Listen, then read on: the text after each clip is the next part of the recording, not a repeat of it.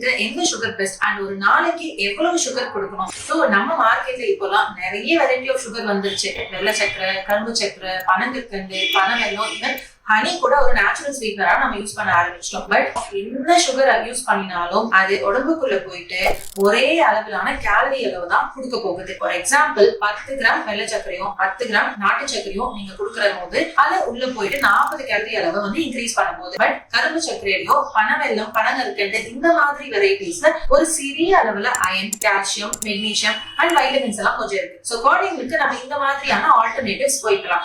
But இதை விட மிக முக்கியமான விஷயம் குவான்டிட்டி. நல்லா ஞாபகம் வச்சுக்கோங்க, ஒரு வயசுக்கு மேலதான் நம்ம சுகர் ஆட் பண்ண போறோம். அண்ட் ஒரு நாளைக்கு குழந்தைங்களுக்கு 2 டேபிள் ஸ்பூன் அளவு தான் சேஃப் லிமிட். அதை வந்து நீங்க பால்ல ஆட் பண்ணலாம், இல்ல ஜூஸ்ல ஆட் பண்ணலாம். பிகாஸ் இது மட்டும் இல்லாம குழந்தைங்க வந்து நிறைய ஸ்நாக்ஸ் எடுத்துக்குவாங்க, பிஸ்கெட்ஸ், கேக்ஸ், அதுலயும் சுகர் போகுது. So 2 tablespoon of sugar ஒரு நாளைக்கு, இது மட்டும் தான் சேஃப் லிமிட்.